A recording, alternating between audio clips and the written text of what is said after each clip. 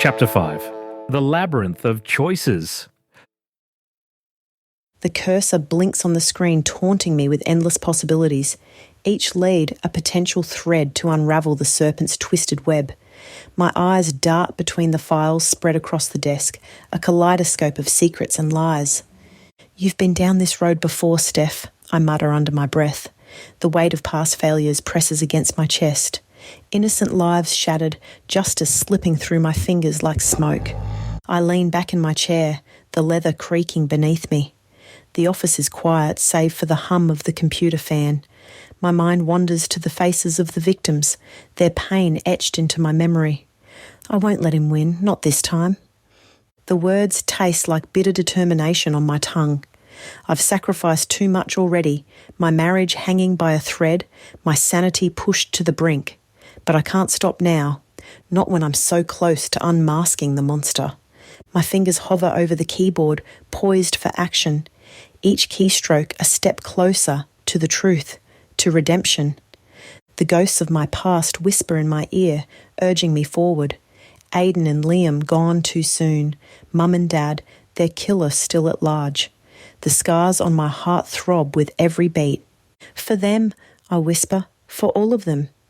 I take a deep breath, the air heavy with the weight of my choices. The risks are high, my career, my safety, my very soul on the line. But I've never been one to back down from a fight. My hand reaches for the phone, ready to set the plan in motion. Undercover, infiltrating the serpent's lair. It's a dangerous game, but I'm all in. "Hang on, you bastard," I say to the empty room. "I'm coming for you." The cursor blinks, waiting for my command. I type the first words, sealing my fate. No turning back now. The decision weighs heavy as I navigate the bustling streets, my mind a tempest of determination and doubt. Dr. Ava Chandler, renowned forensic psychologist, my unlikely beacon in this murky quest. Her office, a mere few blocks away, feels like a distant oasis, a promise of clarity amidst the chaos. I weave through the midday crowd, their faces blurring into anonymity. The rhythm of my footsteps echoes the pounding of my heart, each step a reminder of the stakes at hand. The serpent's trail grows colder by the minute, and I can't shake the feeling that he's always one step ahead. As I approach the sleek high-rise that houses Dr. Chandler's practice, a sense of unease coils in my gut. The weight of the case files tucked under my arm serves as a tangible reminder of the darkness I'm about to unload. I steel myself, drawing in a steadying breath, and push through the revolving glass doors. The reception area is a stark contrast to the gritty streets outside. Plush velvet armchairs and abstract art exude an air of sophistication, masking the horrors that undoubtedly pass through these walls. I approach the receptionist, a young woman with a polished smile, and announce my arrival. "Detective McBride, here to see Dr. Chandler." She nods, her eyes flickering with recognition. "Of course, Detective. Dr. Chandler is expecting you. Please follow me." As I trail behind her through the labyrinthine hallways, my mind races with the details of the case, the serpent's twisted methods, the lives shattered in his wake. Each victim a reminder of my own unhealed wounds. We stop before an imposing mahogany door, the brass nameplate gleaming under the fluorescent lights. The receptionist knocks twice, the sound reverberating through the hushed corridor. "Come in."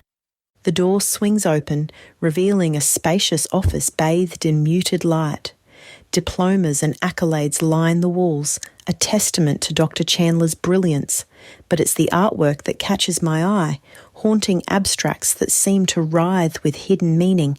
And there, amidst the controlled chaos, stands the woman herself, Dr. Ava Chandler, her presence commanding yet enigmatic. She regards me with a piercing gaze, a hint of a smile playing at the corners of her lips. "Detective McBride, please have a seat." I cross the threshold, the door clicking shut behind me with an air of finality. As I sink into the plush armchair opposite her, the weight of the case files heavy in my lap, I can't shake the feeling that I'm about to unleash a Pandora's box of secrets. But there's no turning back now. The hunt for the serpent has led me here, to this moment, to the woman who may hold the key to unravelling his twisted psyche. I meet Dr. Chandler's gaze, my own determination reflected in her eyes. "Thank you for seeing me, Dr. Chandler. I need your help." She leans forward, elbows resting on the polished mahogany desk, fingers steepled beneath her chin. Tell me about the serpent. I lay out the case files, a mosaic of horrors spread before us. He's ruthless, calculated. His cyber attacks have crippled corporations, shattered lives. But it's not just about the money or the power. There's something else driving him, a deeper obsession. Dr. Chandler's eyes flicker across the documents, absorbing each grim detail. An obsession born of pain, perhaps? A twisted sense of justice. Her words strike a chord, echoing my own suspicions. That's what I need to understand. What makes him tick? What fuels his relentless pursuit? She leans back, her gaze penetrating. To catch a monster, one must first understand the depths of their own darkness. I feel a chill run down my spine, an unease settling in the pit of my stomach. What are you suggesting? The serpent is no ordinary criminal detective. To truly comprehend his motives, you must be willing to confront your own shadows. Her words hang in the air, a challenge and a warning. I swallow hard, the weight of my own demons pressing against my chest. I'll do whatever it takes to stop him. Dr. Chandler's lips curve into a cryptic smile. Very well. Let us begin. The restaurant buzzes with the clatter of cutlery and the hum of conversation, a stark contrast to the tension that crackles between Brett and me. He sits across from me, his eyes fixed on the case files strewn across the table, a frown etched into his features. Steph, what is all this? I resist the urge to snatch the documents away, to shield him from the darkness that consumes my every waking moment. It's nothing, just work. He looks up at me, his gaze a mixture of concern and frustration. This isn't nothing. You're chasing ghosts and monsters again.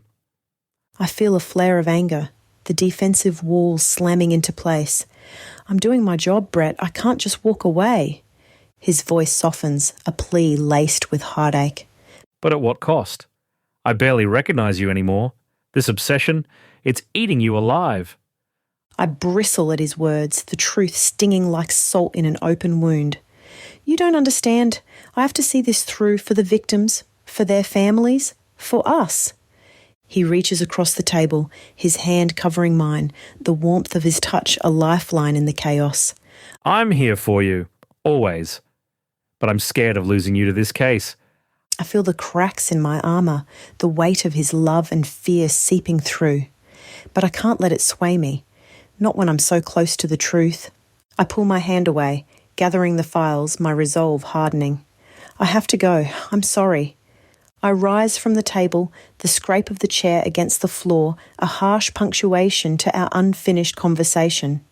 I can feel Brett's eyes on me as I walk away, the distance between us growing with each step. But there's no turning back now.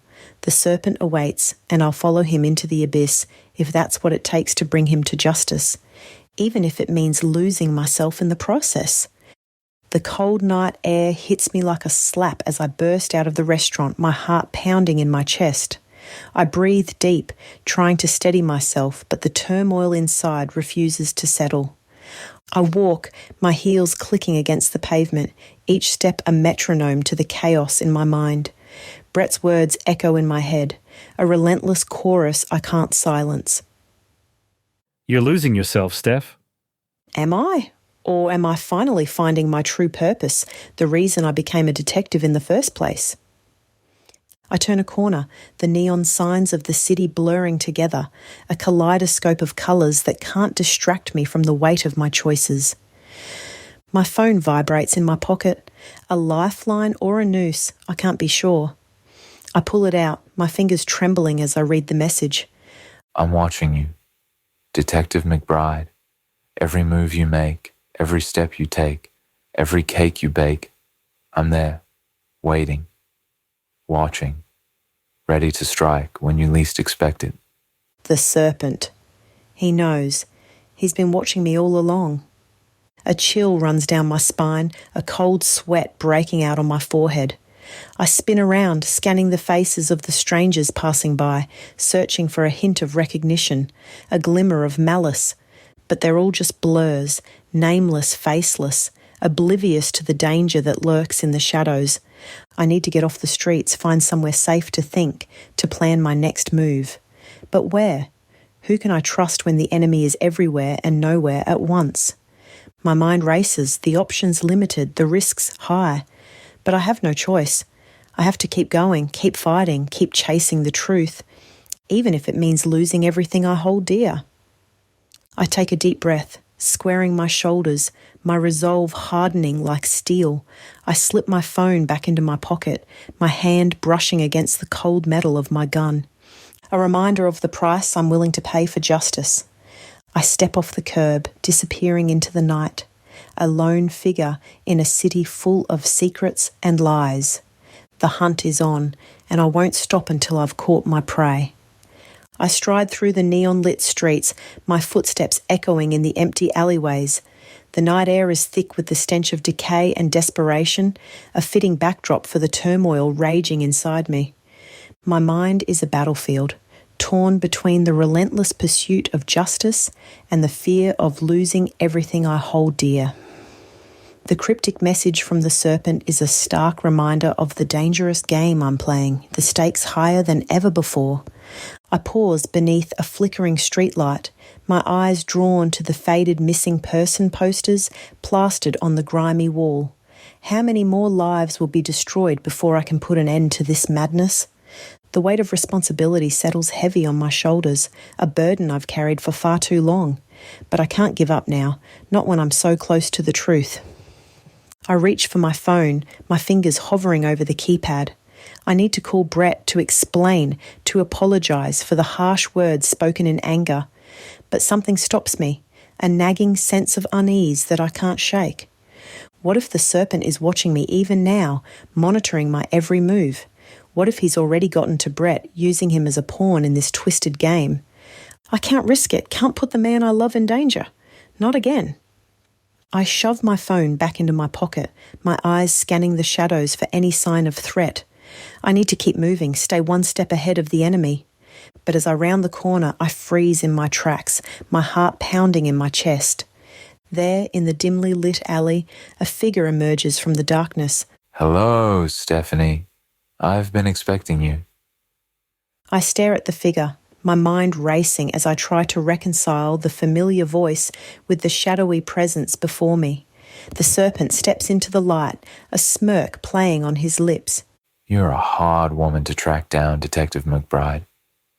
But then again, I always did enjoy a challenge. I clench my fists, my nails digging into my palms as I fight the urge to lunge at him. What do you want? I grit out, my voice tight with barely contained rage. The Serpent chuckles, the sound sending a chill down my spine. Oh, Stephanie, always so direct. It's one of the things I admire about you. He takes a step closer, his eyes glinting with malice. I want you to stop interfering in my business. You're getting too close, asking too many questions. It's time for you to back off. I stand my ground, refusing to be intimidated by his threats. Not a chance in hell, I snarl, my muscles tensing as I prepare for a fight. But the Serpent merely shakes his head, a look of mock disappointment on his face. I thought you might say that, which is why I've taken certain precautions.